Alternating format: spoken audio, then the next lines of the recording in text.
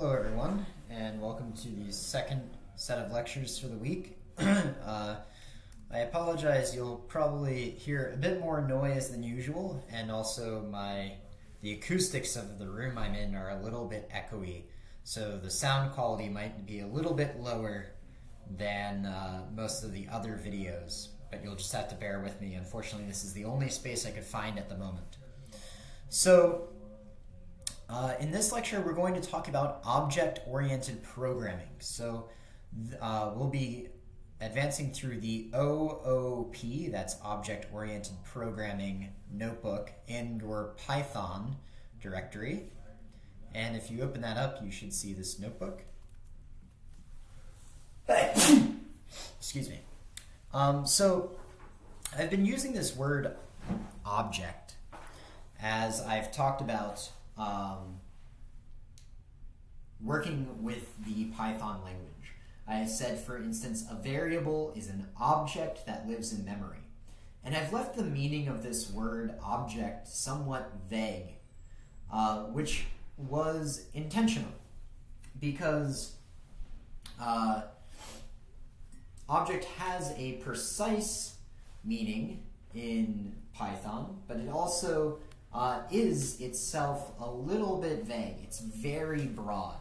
So in Python, almost everything is an object. Functions are objects. Numbers are objects. Strings are objects. Classes are objects. So if everything is an object, why is this word even useful? It's like if, every thing in the world could be called a thing, then why is the word thing useful?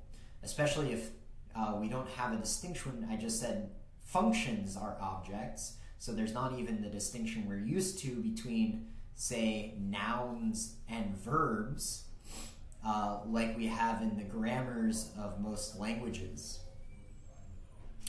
The reason this concept of object is useful is that it expresses a certain perspective on how we approach writing programs in Python, or how we approach writing code in Python. And it also tells us a little bit about how Python as a language is organized. We'll come to see the significance of the fact that Python is an object-oriented language as we learn more about how objects are structured and created. So for now, we'll think of an object as anything that we can store in a variable. But as we reach the end of this notebook, we'll expand that definition to other types of objects as well. So we've already seen that objects, things that we store in variables, can have different types.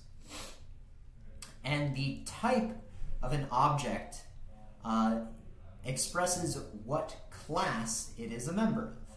So for example, 42 is an object of class integer. Hello world is an object of class string.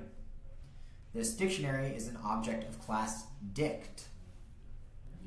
So we see the type of object is given by its class, which naturally leads us to ask, what is a class?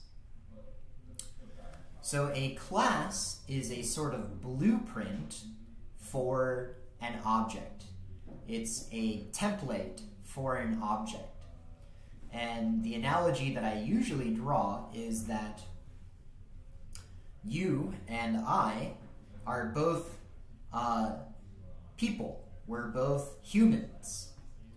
There is a species, Homo sapiens sapiens, and any creature or organism of that species shares certain things in common. We have certain physical and mental characteristics by virtue of the fact that we're of the same species. However, we also have many differences. I have a different name than you. I might have a different age than you. I might be a different height and weight than you. I maybe grew up speaking a different language than you do. But we're both instances of human beings. Human being is a kind of template or archetype, or schematic or blueprint or idea that from which objects, people, are individual instances or examples. So we'll come back to this idea of classes as a blueprint for objects later when we start defining our own classes. Some of these properties that I've drawn on as things that we have in common or things that differ between us are things like hair color, age, names. All these properties or capabilities, things we can do, are in the language of programming called attributes and methods. Now, technically, a method is an attribute that happens to be a function. But for the purposes of this discussion, we're going to consider attributes to be variables that belong to an object, and methods to be functions that belong to an object. So again, to extend the metaphor about people, we all have attributes like hair color, eye color, height, weight, name. Those are some attributes. And the values might differ from person to person. We've seen a lot of my attributes in the lectures thus far. Like, my name is Dylan, my age is, well, it's no longer 26, I'm now 28. It's been 2 years since I wrote this material. But we see examples, we've seen examples of things we can call attributes. Variables that belong to an object. And in the case of people, these might be things like name and age. And then we also have methods, functions that belong to an object, things the object can do. So for example, I know how to ride a bike. And in the morning, when I want to go to work, if it's not too cold out, I run my ride bike function and I pedal, pedal, pedal until I get to work. So I do this action. I have a method of getting to work called riding a bike. And we'll see that objects have the same kind of things. So for example, here we have a complex number, x, with a real part and an imaginary part. And these are the attributes of that complex number. It's the real attribute, the real part of the number, and the imaginary part of the number, the imaginary attribute. And we, in general, will access the attributes of an object using this dot syntax. I'm trying to think of an example that we've already seen.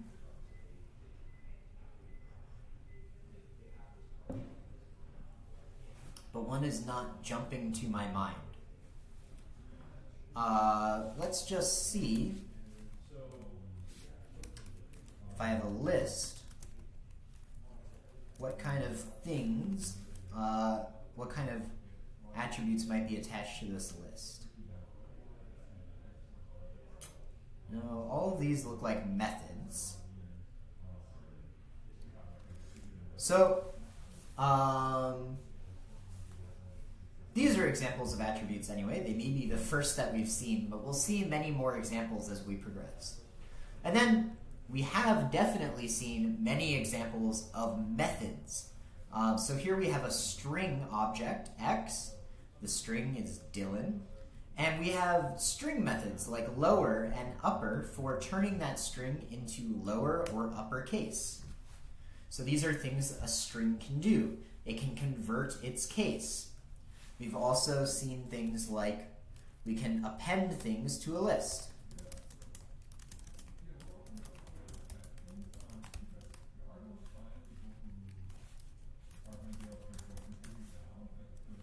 So we've seen this before. Append is a method of the list.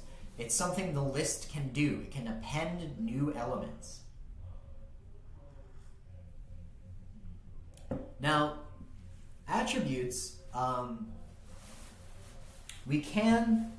for many objects, we can manipulate the attributes, or we might want to inspect the attributes. Like we might want to inspect what the real or imaginary part of this complex number is.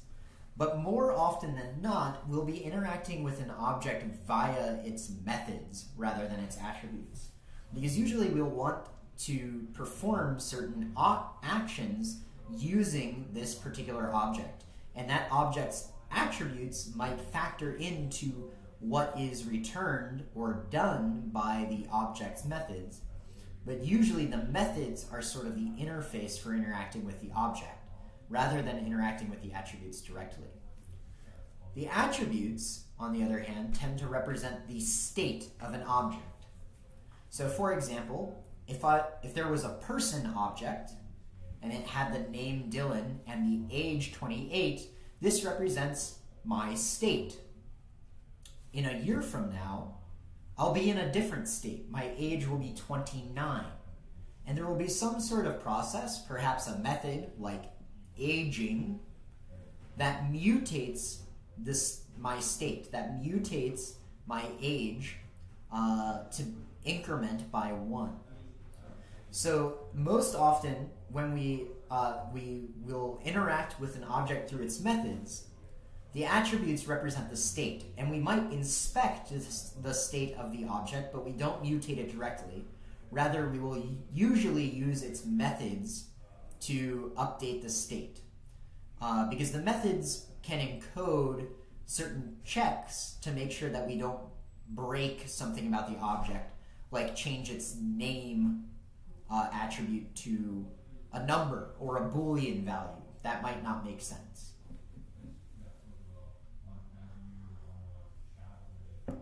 Often we'll regard the attributes of an object as immutable, even if there are methods for changing the state of the object. So for example, here we have our complex number, and we can try and mutate that object by reassigning its real part. But we'll be told that this real attribute is a read-only attribute. We're not allowed to manipulate it directly.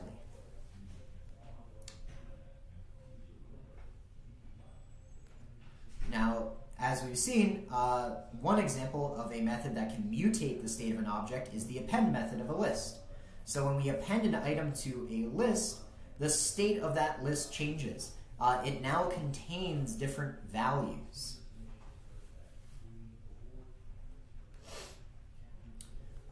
You've seen me a few times use this dir function to have a look at what the attributes and methods of an object are. In fact, I did it just a few minutes ago on a list object to see if I could find any attributes of a list.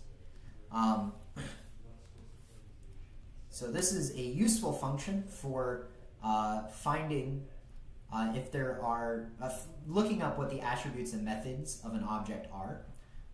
Many times if we're dealing with an object that is somewhat complex, like a machine learning model or some kind of data structure like a pandas data frame, we may be trying to accomplish a particular task, and we might suspect there is a method for doing the task we would like to do, but we don't necessarily know its exact name. So one of the first checks we can make, first sources of information we can look to, is this dir function that shows us all the attributes and methods of a object. So here I have an integer x. Dir on that integer, I've truncated the results just to make them a bit shorter and easier to read. We see that a integer has a variety of attributes and methods. So for example, I could take x here and I could ask for the numerator, and that's 42. I could also ask for the denominator, which would be 1, 42 over 1. There's no imaginary part, it's all real. And I could also convert this to a required argument length. Required argument, I don't know actually how to use this method. I've never used it before. So I'm going to, let's see, look up the documentation.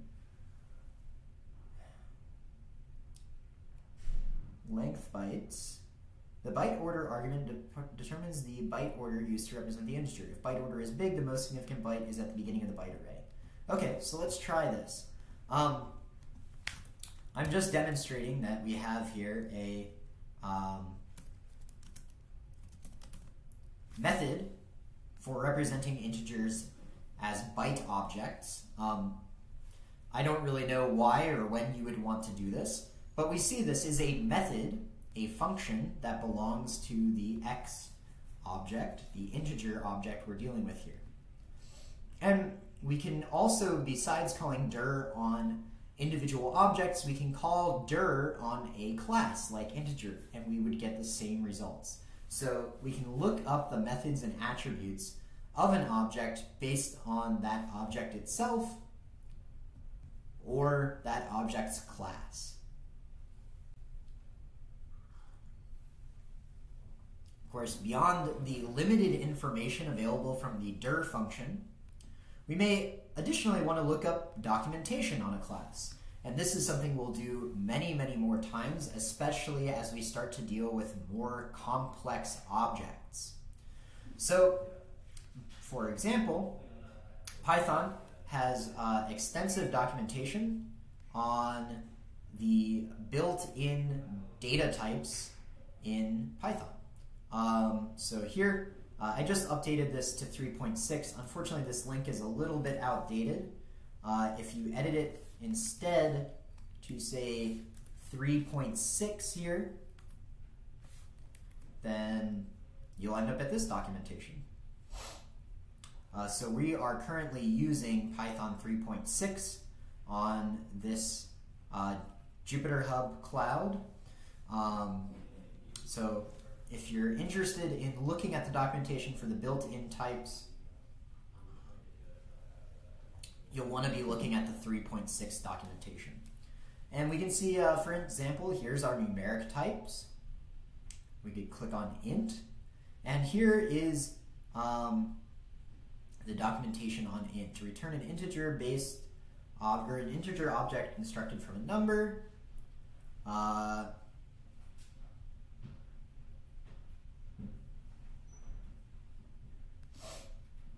This is where we just were.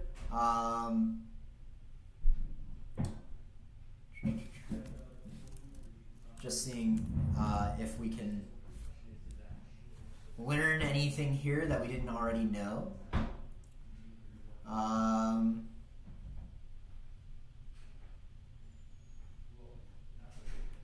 So for an integer, for instance, we could do bitwise operations, which I've never used and I haven't really thought about, but there's documentation here on how to do that. So we'll be looking at,